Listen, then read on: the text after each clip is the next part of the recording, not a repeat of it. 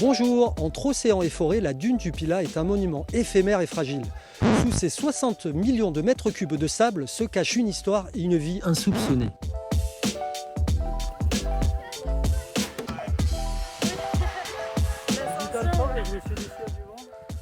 C'est jamais très simple de gravir les pentes de la dune. Hein. C'est toujours plus ou moins compliqué directement dans le sable. Après, c'est une autre manière aussi de voir la dune. C'est en profiter et voir sa grandeur. On y est presque. Ouais, on y est presque, allez. Les derniers mètres. Arrivé en haut, on a le paysage qui nous fait oublier la montée qu'on vient de passer.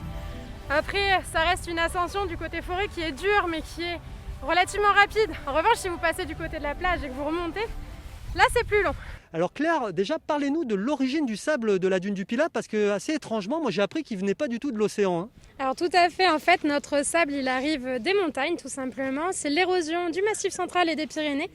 Et ce sable, comme vous pouvez le voir, il vient s'accrocher au niveau de l'entrée du bassin, se déposer au niveau des bancs de sable, puis se déposer sur la dune du Pilat.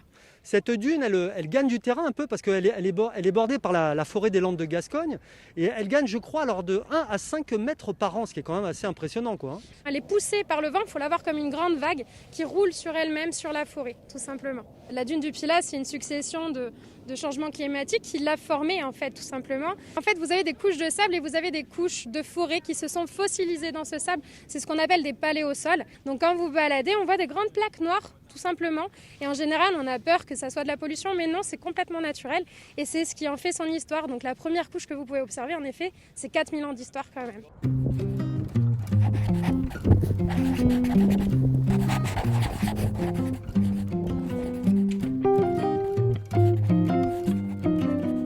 Vous vous inspirez du bassin d'Arcachon, à quoi ça va vous servir ça? J'aime bien venir prendre un peu des idées par ici, puis après associer ça à tous mes matériaux pour faire des couteaux un petit peu originaux, des pièces uniques. Ici, vous voyez un peu le cadre, c'est sympa, on trouve des idées.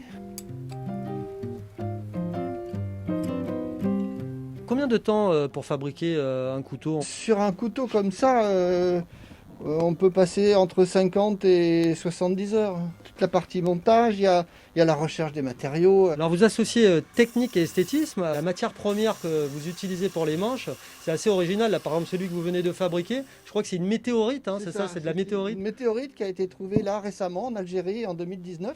Elle s'appelle NWE 1390. Ça me parle pas. Bon, moi non plus, mais c'est comme ça qu'on l'appelle.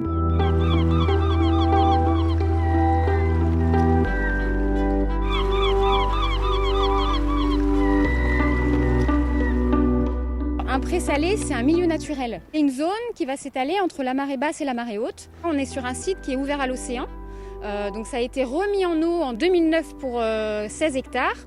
Et ensuite, en 2014, on a agrandi à 21 hectares. Ce site a été endigué au milieu des années 70 pour pouvoir en faire un site de balade pour les touristes, pour les habitants de la ville. Nous sommes sur l'écluse de l'autre côté des prés-salés. À quoi elle sert cette écluse? Alors là, on est vraiment à l'interface entre le pré-salé et le bassin d'Arcachon. Et cette écluse, elle permet d'alimenter le site des pré-salés en eau de mer. Il y a une certaine quantité d'eau qui rentre dans le pré-salé, puisqu'on a des chemins sur ce pré-salé, on a des chemins de balade. Donc on ne peut pas laisser l'eau rentrer n'importe comment. Là, on est sur une passerelle au-dessus d'une zone d'eau douce et on peut remarquer la végétation qui change. On se retrouve avec une végétation complètement différente, beaucoup plus arborée. On va trouver du bouleau, on va trouver du carex, on va trouver du saule. Et effectivement très différente de la zone de pré-salé où c'est plutôt de la végétation rase. Alors Anaïs, là on arrive sur un point de vue qui est assez exceptionnel. Alors il faut s'armer de patience, hein, il faut rester plusieurs minutes parfois à attendre pour avoir la chance d'apercevoir quelques oiseaux ou quelques animaux. Oui, bien sûr. Alors là, c'est vrai qu'il faut être le plus silencieux possible si on veut pouvoir voir des choses. Mais souvent, on voit passer quelques martins pêcheurs. Bah écoutez, merci beaucoup pour la visite. Voilà, nous on se dit à une prochaine fois pour un prochain Tous les chemins. À bientôt.